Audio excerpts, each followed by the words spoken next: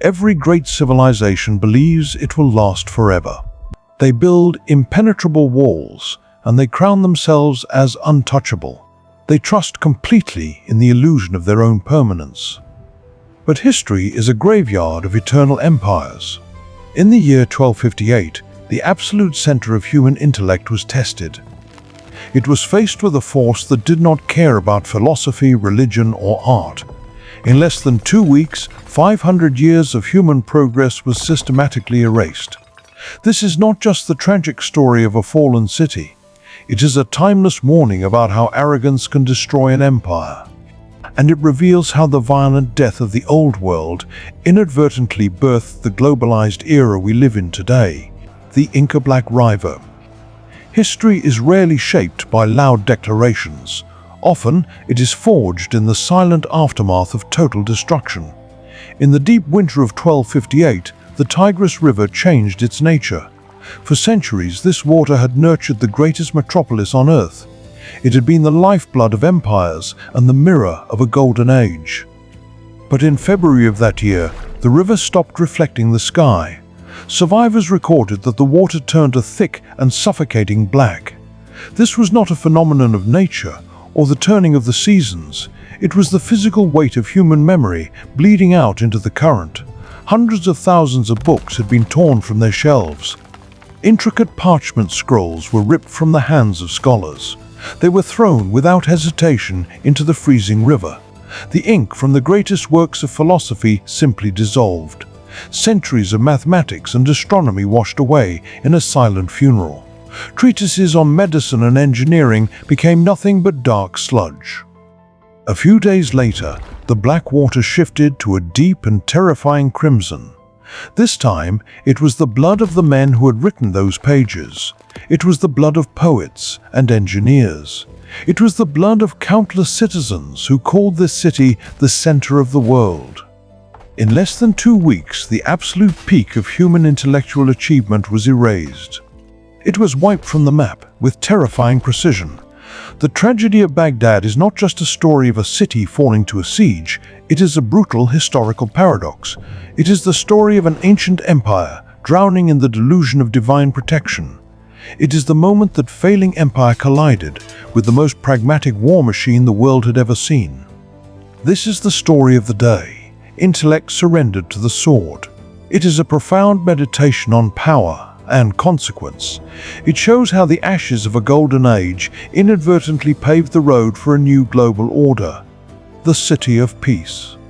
To understand the gravity of the collapse, we must first measure the height of the pedestal. Long before the Mongol storm arrived, Baghdad was not merely a city, it was the beating heart of the known world. Founded in the 8th century under the mighty Abbasid dynasty, it was given a noble name. It was called the City of Peace. While much of the Western world lingered in the fragmented dark, Baghdad was a lighthouse. It was the undisputed capital of the Islamic Golden Age. Its architecture was a masterclass in urban design. Perfect circular walls embraced gleaming palaces and bustling markets. Trade routes from China, India, and Africa all converged at its gates. But the true wealth of Baghdad was not measured in gold or silk or spices. Its greatest treasure was an institution known as the House of Wisdom. Within those walls, the brightest minds from across continents gathered in peace. They translated the lost texts of the ancient Greeks and the Persians. They preserved ancient knowledge that would have otherwise vanished forever. They built entirely new sciences upon those ancient foundations. They invented algebra and charted the precise movements of the stars. They studied the anatomy of the human eye and the laws of optics. The Caliph who ruled from Baghdad was not just a temporal king. He was the supreme spiritual leader of the entire Islamic world. He was considered the shadow of God on earth. His authority was woven into the very fabric of the religion. But time is a relentless and unforgiving enemy to all empires. By the middle of the 13th century, the glory of the Abbasid Empire was little more than a fragile shell. Political power had splintered and fractured long ago. True military authority now rested in the hands of regional warlords. It was controlled by Turkic mercenary captains and distant emirs. Baghdad was still incredibly beautiful, and it was still immensely proud. But it had become a giant, standing on legs of brittle clay. The ruling elite had grown comfortable and complacent. They believed that the prestige of their glorious past would somehow protect them. They thought the divine title of the Caliph was an eternal shield. They believed no mortal army would dare strike the representative of heaven. It was a tragic delusion born of isolation and arrogance, and it was a delusion that would soon exact a terrible apocalyptic price. The storm from the steppe. At the far edge of the Eurasian continent, a very different reality was taking shape. Beneath the harsh and endless sky of the steppe, a new world order was being forged. The Mongol Empire was expanding with terrifying speed and efficiency. Under the lineage of Genghis Khan, they were reaching their tentacles across the globe. Western legends often paint the Mongols as mindless barbarians. They are frequently depicted as a horde that slaughtered without reason or discipline. The historical truth is far more complex and far more terrifying. They were master architects of organized violence. They understood the precise psychology of submission and terror. They operated with a cold, calculating logic of conquest. The great Khan Munka sat on the throne in the distant east. He gave his brother Hulagu a very specific and unwavering mandate. Hulagu was ordered to march out and pacify the western lands. He was to force every remaining independent power to kneel before the Mongol throne. Hulagu did not rush his campaign like a reckless raider. He prepared for a war of absolute and systematic annihilation. The army he assembled was the most sophisticated multinational force of its time. It was not just composed of the feared nomadic light cavalry. Hulagu brought thousands of Chinese engineers who understood the heavy science of siege warfare. He brought Persian infantrymen to hold the ground. He enlisted Christian allies from Georgia and Armenia who held their own grudges against the Islamic world. They dragged massive siege engines across mountains and deserts. They carried gunpowder weapons and incendiary devices. Their logistics were calculated down to the final mile and the final day. They moved massive herds of livestock to feed the advancing war machine. On their march west, they stopped to deal with the infamous stronghold of the assassins.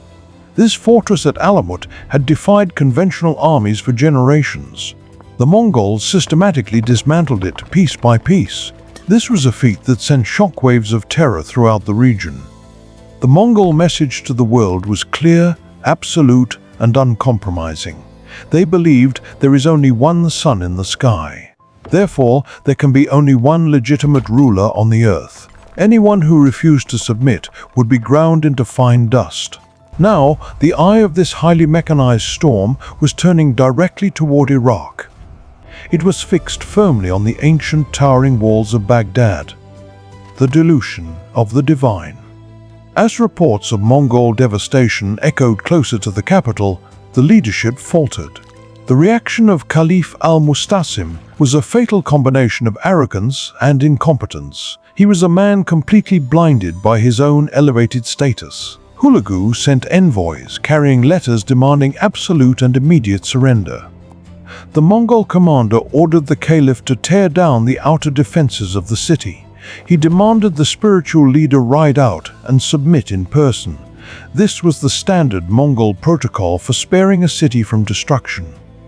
Instead of recognizing the existential threat, Al-Mustasim answered with insults.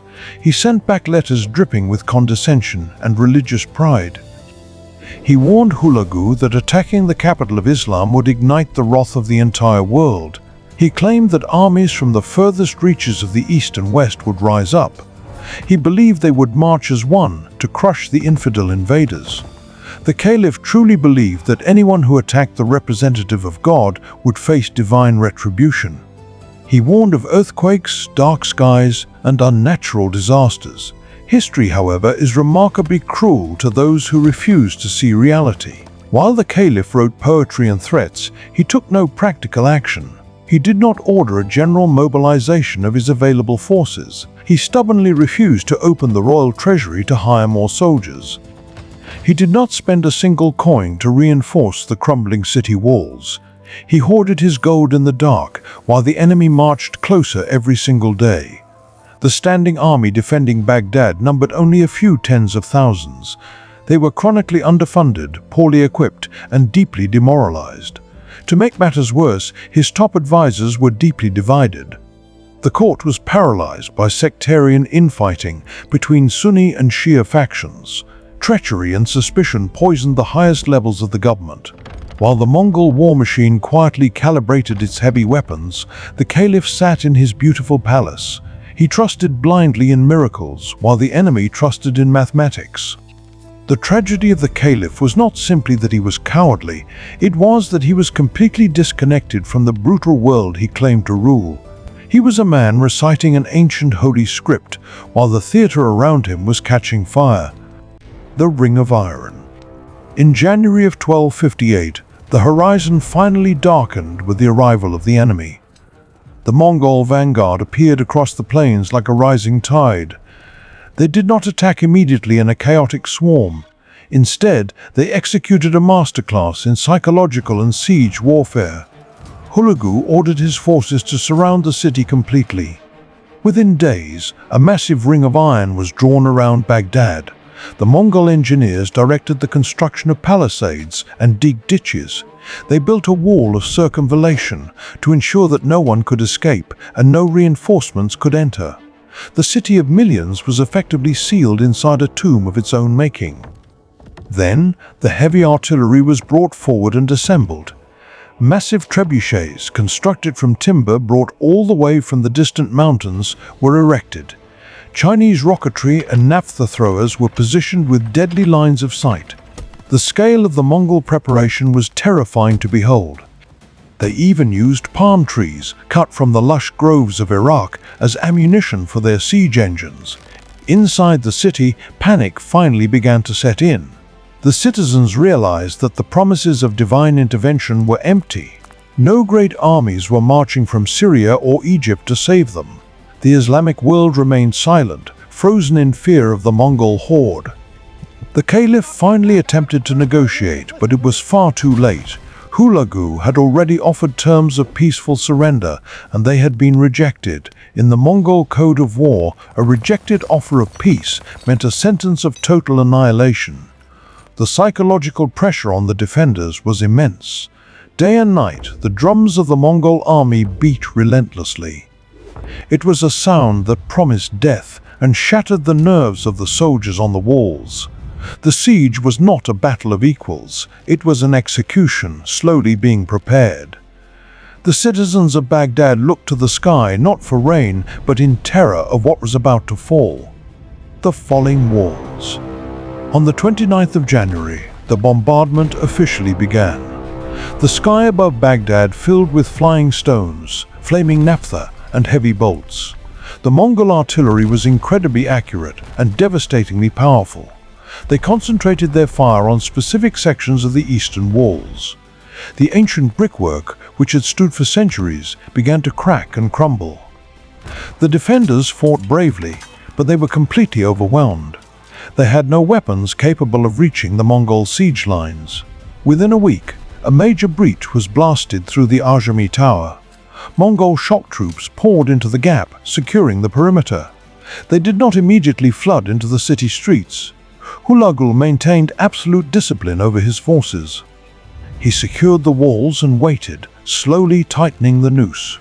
On the 10th of February, Caliph Al-Mustasim finally broke. Realizing his city was doomed, he rode out of the gates with his family and top officials. He surrendered himself to the mercy of Hulagu Khan, but there was no mercy left to give.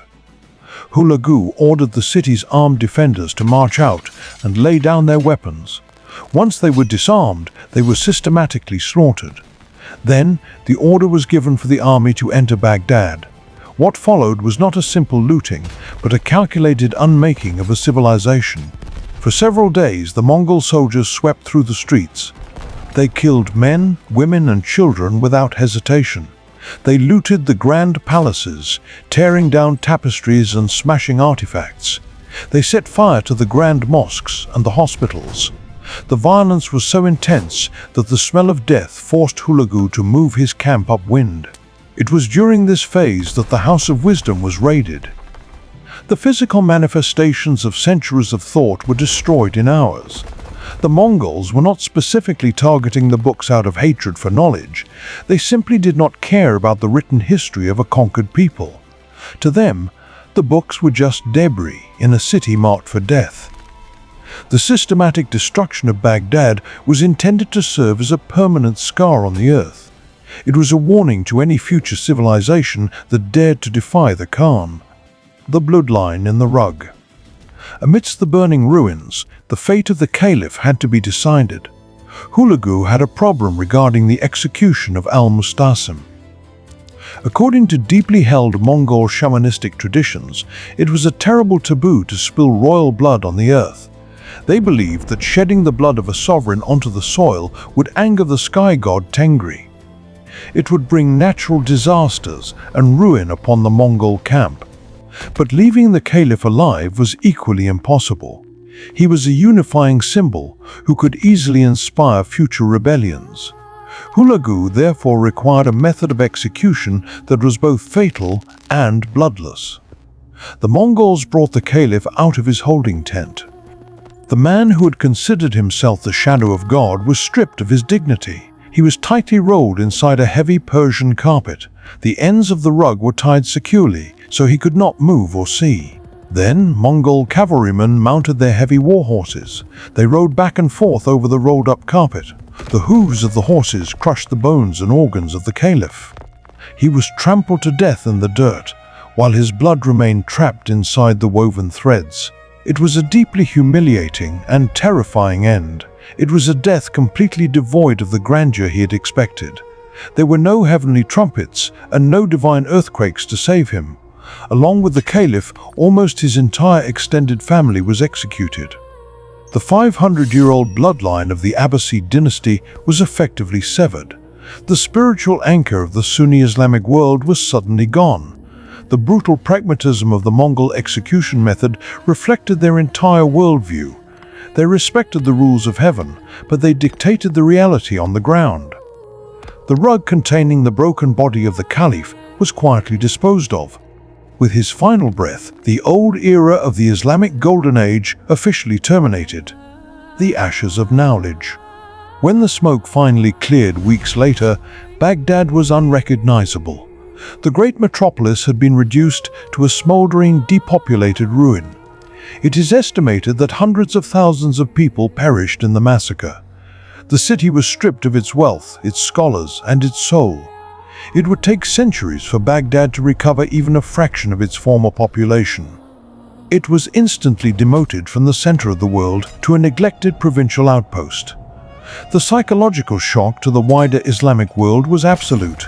Scholars and theologians struggled to understand how God could allow such a catastrophe.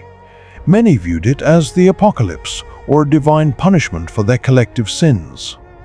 The center of Islamic power permanently shifted westward toward Cairo and the Mamluks, but history is a landscape of profound ironies. The destruction of Baghdad did not end human progress. The Mongol conquest, incredibly brutal as it was, unified the vast expanse of Eurasia. By crushing the old borders and eliminating independent kingdoms, they created a massive contiguous empire. This inaugurated the era known as the Pax Mongolica. For the first time in history, a merchant could travel safely from Italy to China. The Silk Road flourished under the heavy militant guard of Mongol law. Gunpowder, the compass, and paper money moved rapidly from east to west. The very war machine that destroyed the House of Wisdom inadvertently created the first globalized world. The isolation of regional empires was shattered forever. The black waters of the Tigris eventually washed clean. The blood sank into the soil, and the ruined walls were swallowed by the desert dust. But the memory of 1258 remains as a stark historical warning. It reminds us that no civilization is immune to collapse. It proves that cultural arrogance is the most fragile shield against cold military logic. The ashes of Baghdad tell a story of horrific loss, but also of undeniable transformation. In the end, the destruction of the old world is always the violent birth of the new.